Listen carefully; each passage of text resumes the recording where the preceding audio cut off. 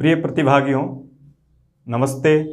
आज हम प्रत्ययों में कृत प्रत्ययों के पश्चात तद्धित प्रत्ययों के बारे में अध्ययन करेंगे।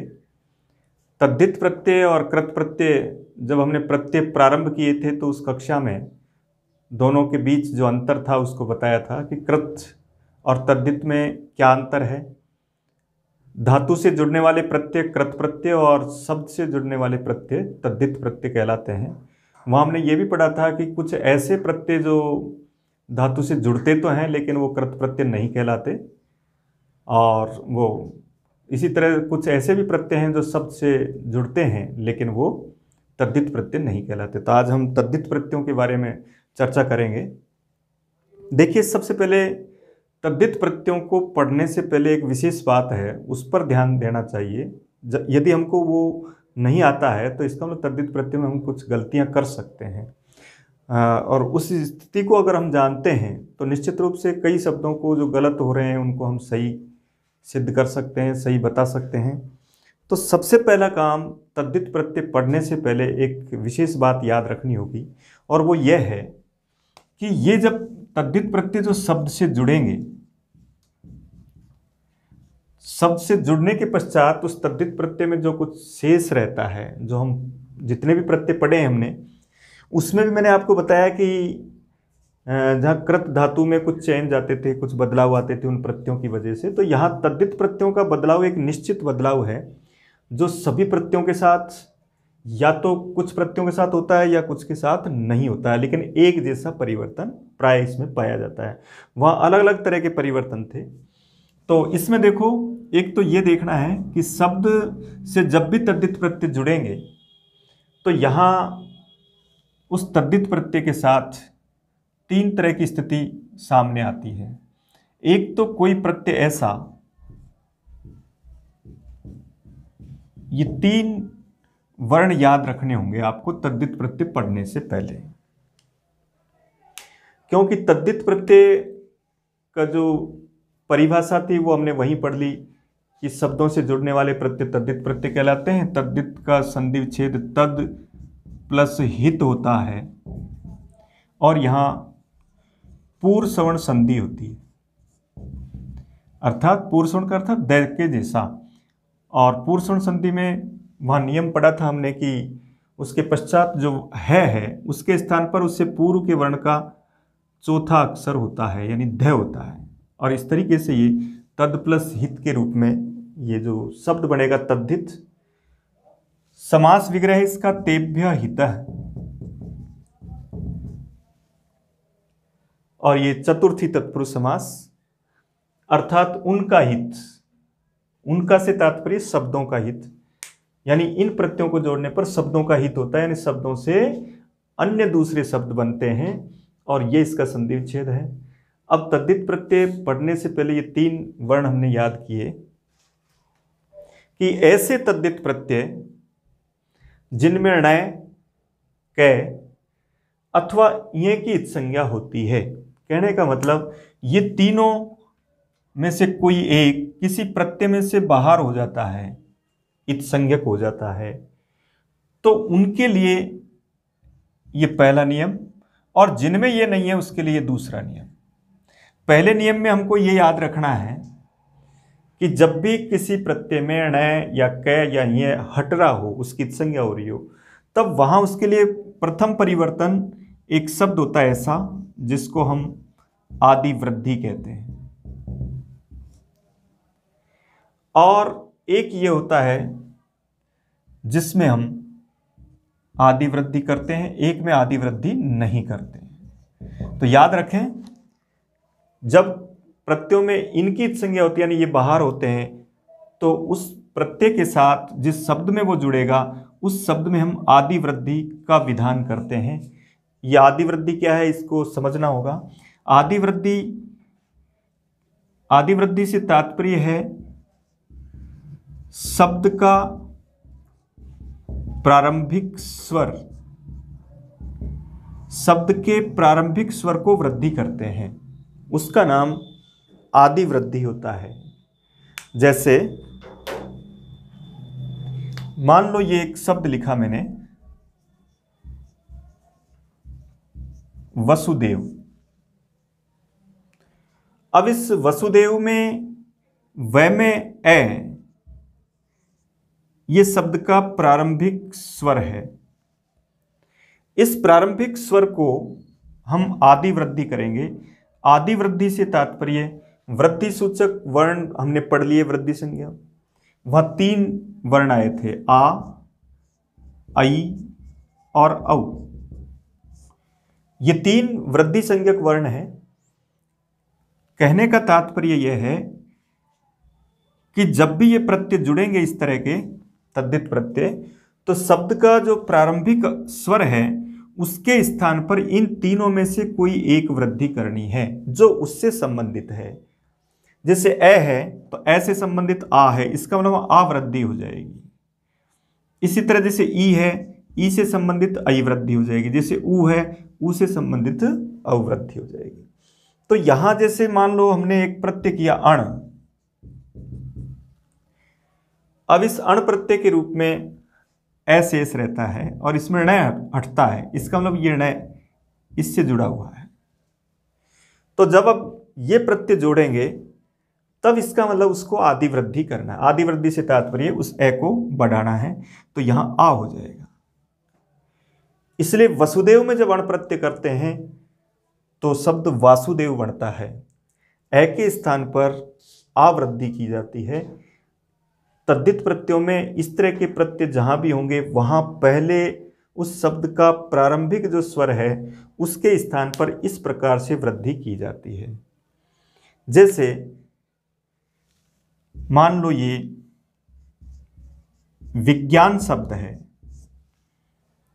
और यहां इसको मान लो ठक प्रत्यय किया जाता है, तो अब यहां ठक में से ये कै बाहर होता है तो कै भी इसमें शामिल है। इसलिए इसका मतलब अब जहां इसको ये प्रत्यय किया जाएगा तो इस पहले स्वर को वृद्धि करेंगे और ई से संबंधित वृद्धि क्या है, आई। इसलिए ये जैसे बनेगा वैज्ञानिक, इस तरीके से। ये कैसे संबंधित, ये ण से संबंधित। इसी तरह जैसे इ से संबंधित, जैसे मान लो एक शब्द है सुंदर और उसको ये स्य प्रत्यय किया, तो अब देख रहे हैं आप स्य प्रत्यय में ये इ है। इसका मतलब अब जब ये ऐसा प्रत्यय जुड़ेगा तो इसके प्रथम स्वर को वृद्धि होगी। ऊ को, ऊ से संबंधित स्वर क्या है, औ, तो इसको ये औ होगा और इससे बनेगा सौंदर्यम। इस तरीके से ये तीन व्यंजन वर्णों की संज्ञा किसी तद्धित प्रत्यय में होने पर उन प्रत्ययों से शब्द जब बनेगा तो उसके प्रथम स्वर को वृद्धि करनी है, यानी उसके प्रथम स्वर की जगह पर इन तीनों में से कोई एक आएगा। तो अब यह भी स्पष्ट समझ लो कि यहां पर ये स्वर है जैसे ए, आ, री, इनके स्थान पर यह वृद्धि हो जाएगी और री आने पर उसके पीछे र और जुड़ जाएगा। जैसे एक इसका भी उदाहरण पढ़ते हैं। जैसे मान लो ये प्रथा लिखा और प्रथा से जब अण प्रत्यय किया तो यहां अब ये री है, री को हम आ करेंगे फिर र प्रत्यय होगा तो ये पार्थ बनेगा। इस तरीके से हमने सभी प्रकार की जो प्रारंभिक वृद्धि जो आदि वृद्धि कहलाते, आदि यानी पहला, उस आदि वृद्धि के सभी तरह के उदाहरण पढ़े। ई के स्थान पर हमको ई करना है, ए के स्थान पर हमको आ करना है, ऊ के स्थान पर ऊ करना है और री के स्थान पर हमको आर करना है। तो ये पार्थ, ऐसे जितने भी शब्द बनेंगे वहां इस तरह की, तो इन तीनों के स्थान पर यह वृद्धि होगी पहली। इसके बाद लिखा ई, दीर्घ ई, ए और आई, इन चारों की जगह यह वृद्धि होगी और ऊ, दीर्घ ऊ, ओ और औ, इन चारों की जगह यह वृद्धि होगी। तो इस तरीके से हमारे समस्त स्वर इसमें आ गए। लृ भी इसी में शामिल है, लृ की जगह आल हो जाएगा। तो इस प्रकार ये वर्ण है, इन वर्णों में से कोई से वर्ण स्टार्ट में आते हैं, उनके स्थान पर हमको ये वृद्धियां करनी है। अब आता है, ये तो हो गया हमारा प्रारंभिक, प्रारंभ में क्या चेंज करना है। प्रारंभ में जो चेंज होता है उसका नाम क्या है, आदि वृद्धि। और आदि वृद्धि कब होती है, जब कोई प्रत्यय, तद्धित प्रत्यय जिसमें ये तीनों में से कोई एक वर्ण गायब हो रहा हो, यानी उसकी संज्ञा हो रही हो, तब हमको इस तरीके से ये शब्द बनाने हैं। मान लो किसी में ये इस तरह का कोई परिवर्तन ही नहीं है, तब वहां ये चेंज, आदि वृद्धि वाला चेंज नहीं करना है। जैसे मान लो ये मध्य शब्द है, और मध्य शब्द से आपने मैं प्रत्यय किया, तब मध्य शब्द से जब मैं प्रत्यय किया, तब मैं प्रत्यय में इन तीनों में से कोई भी नहीं है। इसका मतलब अब इससे बनने वाला शब्द मध्यम ही बनेगा।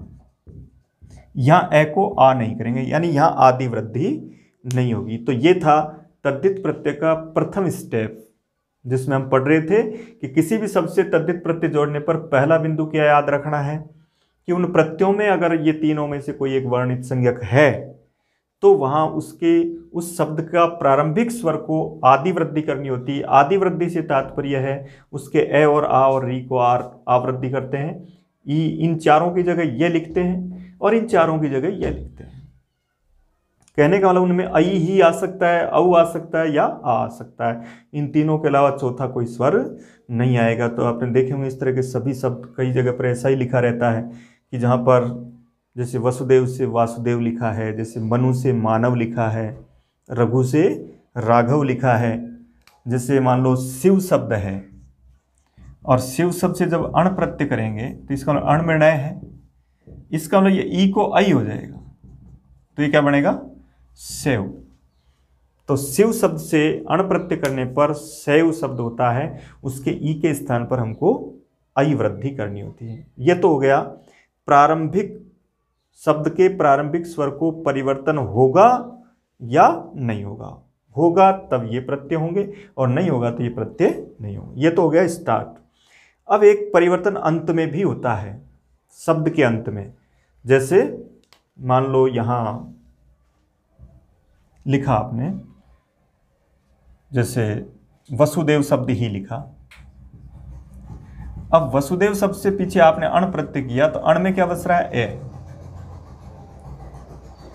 तो पहला काम तो हमने आदि वृद्धि कर दिया, ये आ हो गया। अब एक चेंज और करना पड़ता है अंत में, प्रारंभ में और अंत में। प्रारंभ का चेंज आप समझ गए, अब अंत में क्या चेंज करना होता है उसको और देखिए कि यहां इस शब्द के पश्चात अगर ये स्वर है ए, आ, ई और ई, और उसके पश्चात उस शब्द से कोई इस तरह का प्रत्यय हो रहा है जिसका पहला अक्षर कोई स्वर हो, तब उसमें हमको इन चार स्वरों का लोप करना होता है अगर यहां आ गए तो, और इनको हटा करके उसमें प्रत्यय का जो भाग है स्वर वाला उसको उसमें जोड़ दिया जाता है। जैसे वासुदेव में वह में ए है, प्रत्यय में भी ए है, तो अब इधर वाला जो ए है उसका लोप कर देते हैं और इसमें यह ए मिल जाता है, और इस तरीके से वासुदेव शब्द बन जाता है। जैसे इसमें देखिए, जैसे एक शब्द लिखा मैंने शकुंतला।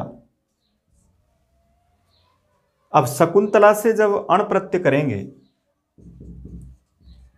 तो ये ण है, इसके कारण से तो ये बदला, ये ए को क्या कर दिया हमने, आ कर दिया है। इसके बाद अब आती है अंतिम शब्द में, तो अंत में क्या है, आ, प्रत्यय में क्या है, ए। इसका मतलब क्या बताया मैंने, इन चारों में से कोई भी आने पर उसको हटा दिया जाए, उसका लोप कर दिया जाएगा। तो इस आ को हटा देंगे और उसकी जगह ए मिला देंगे, तो ये शब्द बन गया शाकुंतल। अब शाकुंतल शब्द बनने के पश्चात ये देखना है कि अगर वो पुल्लिंग है तो उसके पीछे विसर्ग लगा दें, जैसे वासुदेव है। अगर वो स्त्रीलिंग है तो उसके पीछे आ जोड़ दें, और अगर वो नपुंसकलिंग है तो उसके पीछे मैं जोड़ दें। जैसे शाकुंतलम नाटक के लिए आता है तो नाटक शब्द नपुंसकलिंग है, इसका मतलब यहां मैं जुड़ जाएगा। इस तरीके से विसर्ग मैं या आ या ई जो स्त्रीलिंग के रूप में प्रयोग किए जाते हैं उनको पीछे जोड़ दिया जाता है। इस तरीके से हम तद्धित प्रत्यय को जोड़ेंगे। तो दोनों चीज़ें समझ गए हम, स्टार्ट में चेंज करना है और लास्ट में भी चेंज करना है। स्टार्ट में 3 स्वरों के रूप में बदलना है, अगर ये तीनों में से कोई आता है तो, और कोई और आता है तो कोई चेंज करना ही नहीं है, वो वैसे का वैसे रहेगा। और लास्ट में अगर उस प्रत्यय का पहला अक्षर स्वर होता है बचने के बाद, तो वहां उसके उस शब्द के अंत में जो ये 4 आते हैं उनको हटा दिया जाता है, उसमें उस प्रत्यय का जो भाग है उसको जोड़ दिया जाता है। एक यहां कोई भी स्वर आ सकता है किसी भी स्वर के आने पर, और स्वर के साथ केवल एक व्यंजन और लिया, कौन सा? ये व्यंजन केवल एक है, यहां याद रखें, यह है। इस प्रक्रिया का नाम भय संज्ञा होती है और उसका लोप होता है यचिवम, एक सूत्र होता है, इसलिए वहां ये और अच इसके रूप। तो स्वर याद रखें और ये याद रखें, और इधर ये चारों को हटाना है। अब ये प्रश्न आता है कि मान लो 4 के अलावा कोई 5वां आ गया, तो ऐसी स्थिति में क्या करेंगे? तो वहां उनके बाद में जैसे मान लो री आता है या ऊ आता है, तो ऊ को तो कर देंगे हम औ, यानी ऊ को गुण होता है ओ, और ओ गुण होने के बाद पीछे स्वर आने पर अयादि संधि हो जाती है, यानी उसके इस, तो सीधा याद रखें हम, तो ऊ बराबर क्या करना है हमको? औ करना है। री के पश्चात, री के बाद में आपको पता है री के बाद अगर कोई स्वर आता है तो क्या करते हैं हम? यण संधि करते हैं, तो री की जगह पर र हो जाएगा। और इसके पश्चात ए ओ आदि में वही अयादि संधि की प्रक्रिया करेंगे। इस प्रकार से हम इन सभी शब्दों के साथ तद्धित प्रत्ययों को जोड़ सकते हैं। जैसे इसका भी एक उदाहरण देखते हैं हम। जैसे मान लो रघु शब्द है, अब रघु में आपने ये अणप्रत्यय किया, तो रघु में अणप्रत्यय करने पर सबसे पहले ये न देखा, ये आ कर दिया, उसके बाद ये ऊ है तो ऊ का लोप नहीं होता है, ऊ के स्थान पर औ किया जाता है, तो इस ऊ को हटा देंगे, इसकी जगह औ लिख देंगे, तो राघव शब्द बनेगा। रघु से क्या बनेगा? राघव। इसी तरह जैसे मनु शब्द है, और इससे अगर हम अणप्रत्यय कर रहे हैं तो इससे भी सबसे पहले आ कर देंगे और ऊ के स्थान पर औ कर देंगे, तो क्या बनेगा? मानव। मानव शब्द के रूप में भी हम कौन सा प्रत्यय कहेंगे? इसको अणप्रत्यय कहेंगे, और उसके आधार पर स्टार्ट में मैं के ए को आ कर दिया है, या आदि वृद्धि है, और लास्ट के ऊ को हमने ये कर दिया है। इसी तरह देखिए, जैसे एक शब्द है वन, और वन में मैंने यत प्रत्यय किया। अब यत प्रत्यय, प्रत्यय का नाम देखते ही तुरंत समझ जाओ, क्या इसमें आदि वृद्धि होगी? बिल्कुल नहीं होगी, क्योंकि इन तीनों में से कोई नहीं है वहां, तो वह के ए को आ करना ही नहीं है।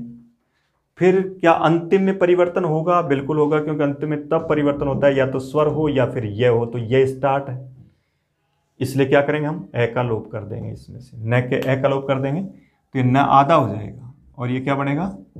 ये वन्य बन जाएगा।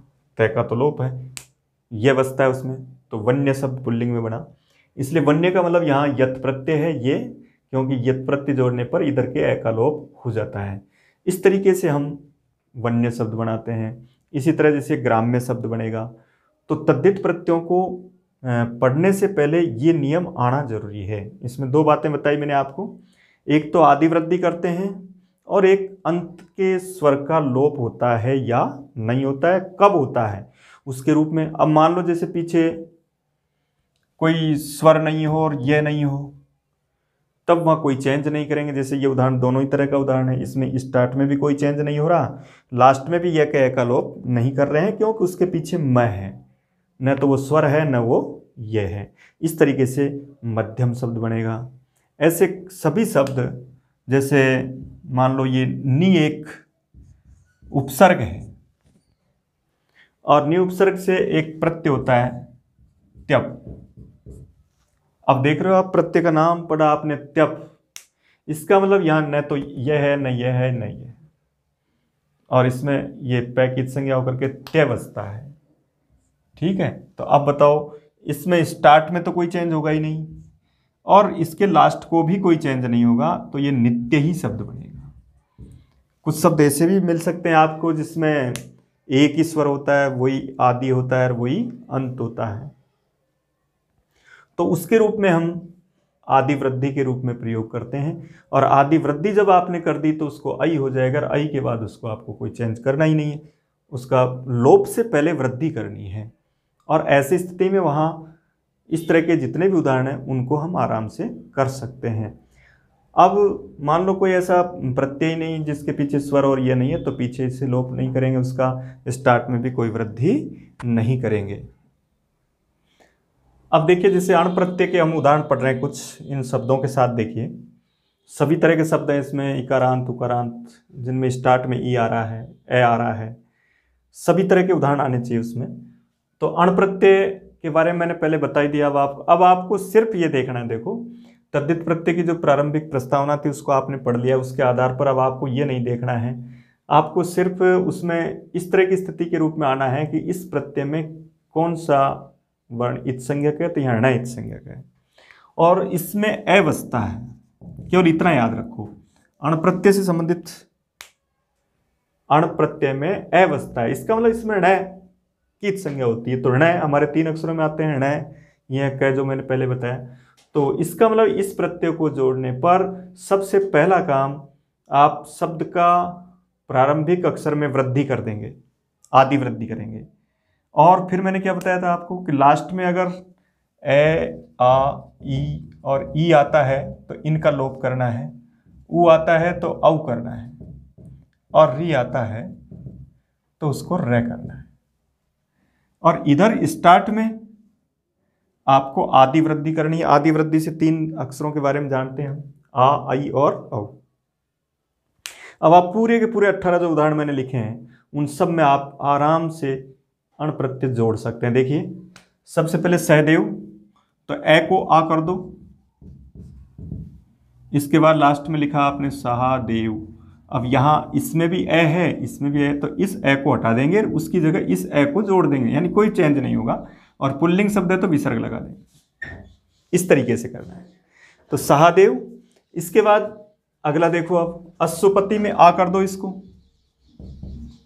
आश्व। अब लास्ट वाले को देखो ई आ रहा है, ई का भी लोप होता है, तो ई को हटा दिया तो ये त्यादा हो गया, हलंत हो गया। अब उसके पीछे स्वर देखो क्या है, ए, तो ए जुड़ जाएगा। तो आश्वपत है, पुल्लिंग है तो आश्वपत हो जाएगा, नपुंसकलिंग है तो आश्वपतम हो जाएगा। तो इसके आधार पर हम अब देख देंगे। यहाँ पूछेगा प्रत्यय कौन सा है, तो ये देखा हमने जैसे कि वही सहदेव एक शब्द होता है तो लास्ट में केवल ए ही तो जुड़ रहा है, ए के कारण इसमें आ हो रहा है, इसका मतलब प्रत्यय अण है, ऐसा ही इसको पहचान लेंगे। इसके बाद चक्षुष शब्द देखिए किस तरह का शब्द जिसमें तो अण प्रत्यय करेंगे तो ए को आ कर दो। अब इसके पीछे कोई स्वर है ही नहीं, किसी का लोप नहीं होगा। अगर कोई हलंत है तो उसमें प्रत्यय के भाग को जोड़ दो, तो ये अब इसमें ये ए जुड़ जाएगा, तो चाक्षुष है, ठीक है, नपुंसकलिंग है तो चाक्षुषम। उसके पश्चात विसर्ग में अथवा आ, वो उस शब्द के पुल्लिंग स्त्रीलिंग नपुंसकलिंग को दर्शाता है, वो हमको लिखना है उसके आगे। तो चक्षुष शब्द से चाक्षुषम हो जाएगा। इसी तरह से अब देखो कसाय शब्द लिखा है, तो ए की जगह आ कर दें और ये के पश्चात ए का लोप हो जाएगा और यही जोड़ देंगे, तो कासायम। नपुंसकलिंग है तो कासायम हो जाएगा, पुल्लिंग है तो कासाय हो जाएगा। वसुदेव में देखें तो ये ए को आ कर दें इस तरीके से, पीछे ए का लोप करके विसर्ग कर देंगे। अब शिव में देखो स्टार्ट में क्या है ई, तो ई को आप आई कर देंगे, तो शैव, ए का लोप ए जोड़ देंगे। वासव दत्ता में भी देखो स्टार्ट में अगर आ है तो आ के स्थान पर आई आदि वृद्धि होती है, तो वासव, पीछे के आ का लोप कर देंगे तो वासव दत्तम, पुल्लिंग है तो विसर्ग, लेकिन वासव दत्तम नाम का एक नाटक है तो वासव दत्तम कर देंगे। इसके बाद है शकुंतला, यहां पर भी ए को आ कर देंगे तो शाकुंतलम, आ का लोप करके, और उसके पीछे नाटक शब्द नपुंसकलिंग है उसके लिए शाकुंतलम लिख देंगे। अब आ रहे हैं कुछ ऐसे शब्द जिनके अंत में ऊ भी आता है, तो स्टार्ट के ऊ को तो क्या करते हैं हम औ वृद्धि कर देंगे तो ये गौ हो जाएगा। ऊ को वृद्धि क्या होती है? औ। इसके बाद ये रू के स्थान पर क्या बताया था मैंने आपको? औ करते हैं तो ये रू की जगह रव हो जाएगा तो ये गौरव बन जाएगा। इसी तरह मनु शब्द से ए को आ कर देंगे तो ये मानव हो जाएगा। इसी तरह यदु शब्द से ये को आ हो जाएगा तो ये यादव हो जाएगा। तो जब पूछे कि भाई मानव प्रत्यय कौन सा है तो अण प्रत्यय संधि विच्छेद क्या है, तो वहां मैंने आपको अयादि संधि में पढ़ाया था इसको। अयादि संधि देख करके औ आ रहा है तो इस औ की जगह ओ कर दो, मानव प्लस ए हो जाएगा संधि विच्छेद। प्रत्यय में मनु प्लस अण होगा। इसके बाद प्रथा, तो अब री को क्या करेंगे? आर, तो री को आर कर दिया, पीछे के आ का लोप कर देंगे तो पार्थ। अण प्रत्यय अधिकतर अपत्य अर्थ में होता है। अपत्य का मतलब संतान अर्थ में, अर्थात उसकी संतान, जैसे मनु की संतान मानव, संतान अर्थ में होता है। दूसरा समूह अर्थ में भी होता है और शेष अर्थात निवास आदि अर्थों में भी इसका प्रयोग, लेकिन अधिकतर किस अर्थ में होता है? अपत्यम। जब किसी व्यक्ति का नाम हो तब उसके साथ अपत्य अर्थ का प्रयोग करेंगे, या कोई किसी नाटक आदि का नाम है तो उससे अधिकृत ग्रंथ के नाम में भी अण प्रत्यय करेंगे। जैसे सहदेवस्य अपत्यम करेंगे, अश्वपति राजा की संतान, ठीक है ना। कई जगह भाव अर्थ में हो जाएगा, कई जगह निवास अर्थ में हो जाएगा। जैसे स्त्रुग्न एक नगर का नाम है तो उसमें रहने वाला उसके रूप में। जैसे बगुले कहते हैं तो यहाँ समूह अर्थ में भी होता है। इन अर्थों में अण प्रत्यय का प्रयोग करते हैं। तो अब ऋषि में भी री आ रहा है पहला अक्षर तो उसको आर कर दो और पीछे ई का लोप हो जाएगा तो क्या बनेगा? आर्ष। उन दोनों चीज़ों को अच्छी तरह से पढ़ें कि यहाँ पर इसमें आपको ए को आ करना है, री को आर करना है और इसमें इनका पीछे वाले का लोप करना है। बक शब्द में भी इसको आदि वृद्धि कर देंगे तो ये बाक, समूह अर्थ में नपुंसकलिंग प्रयोग किया गया तो बाकम, बक से आ हो गया। स्त्रुग्न में देखो पहला स्वर क्या नजर आ रहा है? ऊ आ रहा है तो इस ऊ को औ कर देंगे हम तो क्या बनेगा? स्त्रोग्न, पीछे के ए का लोप कर देंगे। गंगा शब्द में भी ए है, उसको भी हम आ कर देंगे तो ये गांगे बनेगा, गंगा की संतान। आ का लोप हो जाएगा, उसमें ए जुड़ जाएगा। भीष्म पितामह को इस नाम से जानते हैं। इसके बाद जैसे विश्वामित्र तो ई को आई कर देंगे तो वैश्वामित्र, लास्ट का ए का लोप कर देंगे, विसर्ग। वशिष्ठ भी एक ऋषि का नाम तो इसके ए को आ कर देंगे तो यह बनेगा वासिष्ठ। इस तरीके से किसी भी शब्द में हम जब अण प्रत्यय जोड़ें तो इस तरीके से हमको परिवर्तन करना है। ए को स्टार्ट में आ करना है, ई को आई करना है, ऊ को औ करना है और री को आर करना है और अंत में इन चार का लोप करना है। ऊ आ जाए तो उसको औ लिखना है, री आ जाए तो रे करना है। इस तरीके से हम अण प्रत्यय को किसी भी शब्द में जोड़ सकते हैं। थोड़ा सा इतना जरूर याद रखें कि अब जो हम प्रत्यय पढ़ रहे हैं तद्धित तो वो शब्दों से जुड़ेंगे। गुरु एक शब्द है, मनु एक शब्द है। अब तक इससे पहले हमने धातुएं पढ़ी थी, धातुओं से होने वाले प्रत्यय थे, तो ऐसा एक प्रत्यय वहां भी पढ़ाया था मैंने आपको, घ प्रत्यय पढ़ाया था, उसमें भी ए बसता था। लेकिन दोनों में अंतर है कि वहां जैसे देश से दिस शब्द बनेगा। तो अब जैसे कोई पूछता है कि बताओ देश में कौन सा प्रत्यय है, अब उसमें कहा कि भाई ए इसमें बच रहा है, ए इसमें बचता है, तो क्या इसको अण बताएंगे या घ बताएंगे? बिल्कुल कितना सरल है, देखिए अण और घ के रूप में हम इसका प्रयोग कर सकते हैं। तो अब इसको तो इसके लिए तो तीन बात याद रखनी है ना हमको कि स्टार्ट में ये यही मिलेगा आ आई औ, इसका मतलब ये तीनों नहीं है यहाँ, इसका मतलब अण नहीं हो सकता, इसका मतलब ये है। ऐसे देखें कि वहां जब स्टार्ट के स्वर को आपने आदि वृद्धि नहीं की, इसका मतलब अण तो है ही नहीं, अण में तो आदि वृद्धि होती है। अगर ए आ गया तो उसको भी यही होगा, इसलिए ये इसका उदाहरण नहीं है। अब जैसे एक आ जाए कि बताओ सेव, क्या इसमें अण है घ? तो इसको हम आराम से उत्तर भरेंगे, इसका उत्तर अण आएगा, क्योंकि घ में हम उसको गुण करते थे, एक ही मात्रा आनी चाहिए, उसको ओ आना चाहिए। जैसे मान लो चोर शब्द लिखा तो अब बता सकते हैं कौन सा प्रत्यय? अण है घ, तो यहां घ प्रत्यय, क्योंकि इसमें एक मात्रिक है, और जब उसको द्विमात्रिक करेंगे तब वो आपका अण प्रत्यय हो जाएगा। इस तरीके से अण और घ प्रत्यय के रूप में हम इसको पढ़ते हैं। और अब एक प्रत्यय और पढ़ रहे हैं हम, शय प्रत्यय। अब देखिए दूसरा प्रत्यय पढ़ रहे हैं हम, शय प्रत्यय है। बिल्कुल ये याद रखो कि क्या शेष रहता है इसमें, प्रत्यय और उसमें शेष क्या बच रहा है, यह शेष। तो अब इसी से पता लगाओ कि ये प्रत्यय हमारा आदि वृद्धि वाला है या नहीं है। तो बिल्कुल है, क्योंकि इसमें यह है। और इस प्रत्यय को जोड़ने पर शब्द के अंतिम स्वर का लोप होगा कि नहीं होगा, तो बिल्कुल होगा, क्योंकि इसके पीछे यह है।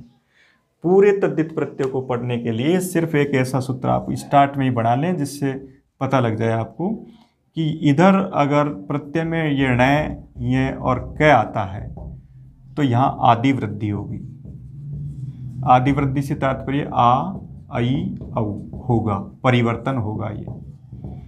और एक दूसरा ये पढ़ लें, यदि यहाँ प्रत्यय का स्टार्ट कोई स्वर है अथवा यह है तो यहाँ ए, आ, ई और ई का लोप होगा और ऊ के स्थान पर औ होगा और री के स्थान पर अर होगा। बस ये दो नियम पूरे तद्धित प्रत्ययों को पढ़ने के लिए आप बना लें। ऐसा नहीं है तो कोई परिवर्तन नहीं होगा। इसके आधार पर पूरे तद्धित प्रत्ययों कर सकते हैं हम। केवल ये दो बात याद रखेंगे। तो अब शय प्रत्यय में देखो आप क्या बच रहा है इसमें, ये। इसका मतलब इसके साथ दोनों चीज़ें लागू होगी, क्योंकि इसमें यह भी है और इसमें यह भी है, तो ये दोनों ही चीज़ें लागू होगी। आदि वृद्धि भी होगी और इसका लोप भी होगा और ऊ बराबर ए भी होगा, औ भी होगा। तो देखिए जैसे एक उदाहरण, जैसे लिखा लवण शब्द है। अब यहां देखिए ए के स्थान पर आवृद्धि होगी, क्योंकि ये प्रत्यय जोड़ रहे हैं तो ये आ हो जाएगा। इसके बाद ण का ए का लोप कर देंगे तो ण आधा हो जाएगा और इसके पश्चात ये जोड़ देंगे। इससे बना हुआ शय प्रत्यय से बने हुए अधिकांश शब्द नपुंसकलिंगी ही होंगे, तो उनके पीछे में आएगा। तो लावण्यम, शय प्रत्यय जो प्रयोग किया जाता है वो भाव अर्थ में किया जाता है। लवण का भाव लावण्यम, भाववाचक संज्ञा बनती है। दूसरा है जैसे मधुर शब्द है तो ए को आ कर दो और ये रे में से ए का लोप हो जाएगा तो रे आधा हो जाएगा, तो माधुर्यम। इसी तरह से जैसे चोर शब्द है तो अब देखिए आदि वृद्धि होगी, ये प्रत्यय जोड़े तो आदि वृद्धि क्या होती है, ओ को क्या वृद्धि, तो तीन ही है हमारे पास, आ, आई और औ। तो ओ को क्या वृद्धि हो सकती है, औ, तो इसकी जगह औ हो जाएगा, र आधा हो जाएगा, क्या रूप बनेगा, चोरियम। सीधा सा उत्तर है। प्रत्यय की पहचान भी स्पष्ट है कि यहाँ स्टार्ट में आपको आ, आई, औ मिलेगा, पीछे यम मिलेगा और उससे पहले आधा अक्षर मिलेगा, तब हम शय प्रत्यय की पहचान कर सकते हैं। इसी तरीके से जैसे मान लो ये एक शब्द लिखा, ये विधवा। अब इससे जब हम शय प्रत्यय करेंगे तो यहां देखिए बिल्कुल ये दो याद रखें, उन दो के आधार पर पूरे तद्धित प्रत्यय जितने भी हम आगे पढ़ेंगे वो सब इस दो पर टिके हुए हैं, इसलिए इनको अच्छी तरह से याद करना है। इसके आधार पर हम सभी शब्दों को बना सकते हैं। तो विधवा में देखिएगा, विधवा से जब शय प्रत्यय करेंगे तो स्पष्ट है, स्टार्ट का अक्षर क्या है, ई के स्थान पर वृद्धि क्या होती है, आई, और पीछे के आ का लोप कर देंगे तो ये बनेगा वेधव्यम। यम इस प्रत्यय से यह बचता है, उसके पीछे मैं किया और लास्ट के स्वर का हम लोप करते हैं। तो इस प्रकार से वेधव्यम शब्द बनेगा। इसी तरह से जैसे एक शब्द है विविध, अब यहाँ ई है तो ई को भी आई हो जाएगा और लास्ट के ध में से ए का लोप कर देंगे तो वैविध्यम रूप बन जाएगा। इसी तरीके से जैसे सुंदर शब्द है, ऊ के स्थान पर वृद्धि कौन सी होनी है, औ, इसलिए ऊ को औ कर देंगे तो क्या रूप बनेगा, सौंदर्यम। ऊ को औ किया और उसके पश्चात रह के ए का लोप करेंगे। इस प्रत्यय से बनने वाले बहुत सारे शब्द हैं जिनमें हम इस तरीके से सभी शब्दों का निर्माण करते हैं और वहाँ एक भाववाचक संज्ञा बनाते हैं शय प्रत्यय की स्थिति में। कहीं पर भी दो शब्दों से युक्त भी जैसे सुख शब्द है, सुख में जब ये प्रत्यय जोड़ेंगे तो स्पष्ट है ऊ को क्या करना है औ, और ये ख और ये सौख्यम। इसी तरह जैसे एक शब्द है जैसे मूर्ख शब्द है, तो यहां पर भी देखिए ऊ के स्थान पर ऊ को आपको औ करना है और इस तरीके से लास्ट के स्वर का लोप करना है और उसकी जगह पर इस तरीके से मूर्खम शब्द बनेगा। बाकी मान लो कहीं ऐसा परिवर्तन नहीं होता है और लास्ट में भी यह दिखाई देता है, तब वहां उसका थोड़ा सा याद रखें विकल्प। जैसे अब मैंने एक शब्द ये लिखा, जैसे लिखा वन्य, तो अब वन्य शब्द में पूछा जाए क्या स्या प्रत्यय है, तो दोनों चीजें देखिए आप कि यहां स्टार्ट में आ आई औ होना चाहिए, तो वो नहीं है इसमें, इसका मतलब यहां स्या प्रत्यय नहीं है। तो उसका विकल्प क्या हो सकता है, तब वहां उसकी जगह ये उत्तर भरना है यत प्रत्यय। यत प्रत्यय मैंने आपको कृत प्रत्ययों में भी पढ़ाया था, और कृत प्रत्ययों में जब हमने यत प्रत्यय पढ़ा था उसमें इसमें एक ही अंतर है, वो किसी धातु से जुड़ता था और ये किसी शब्द से जुड़ता है। याद रखें इसमें एक शब्द आ जाएगा, वन एक शब्द है तो वन्य प्रत्यय एक ही है, यत वहाँ उसका उत्तर भरें या इसका उत्तर भरें, और दोनों की स्थितियाँ भी एक जैसी है। तो यहाँ स्वयं में और इसमें यही अंतर है कि जहाँ ऐसा परिवर्तन हो वहाँ। अब जैसे एक पूछा गया कि बताओ इसमें है कि नहीं है, जैसे वैचित्र्यम, अब यहाँ स्पष्ट स्या प्रत्यय क्योंकि आई हो रहा है और लास्ट में यम से पहले आधा अक्षर है, तो विचित्र शब्द है यहाँ, और विचित्र शब्द से स्या प्रत्यय करेंगे, विचित्र शब्द से स्या प्रत्यय होगा। इसी तरह जैसे ईश्वर शब्द है, अब ईश्वर में देखिए आप ई के स्थान पर क्या होगा, इन तीनों में से क्या हो सकता है, ई से ज्यादा नजदीक कौन सा है, आई, तो ये ऐश्वर्यम, ऐसे शब्द बनेंगे, ईश्वर से ऐश्वर्यम बनेगा। इसी तरह विपुल से वैपुल्यम बनेगा। इस तरीके से स्टार्ट के ए को आ करना है, ई को आई करना है और ऊ को औ करना है। लास्ट में जब यम जोड़ें तब उसके रूप में आपको अकारांत शब्द के रूप में उसका लोप करना है। इस तरीके से हम इन दोनों के आधार पर बहुत पूरे के पूरे तद्धित प्रत्यय पढ़ सकते हैं। केवल ये याद रखना जरूरी है कि इस प्रत्यय में शेष क्या बचता है और उसमें कौन से वर्ण की संज्ञा होती है। इस तरीके से आज हमने तद्धित प्रत्ययों के बारे में, उसके तद्धित प्रत्ययों की भूमिका पढ़ी कि तद्धित प्रत्यय जोड़ने के लिए सबसे पहले किन किन बातों की आवश्यकता होती है, और उसके बाद हमने ये दो प्रत्यय पढ़े हैं अण और शय। इसके आधार पर जितने भी उदाहरण हैं उनको हम आसानी से हल कर सकते हैं। इसकी अगली क्लास में इससे आगे आने वाले जो तद्धित प्रत्यय हैं उनके बारे में अध्ययन करेंगे। धन्यवाद।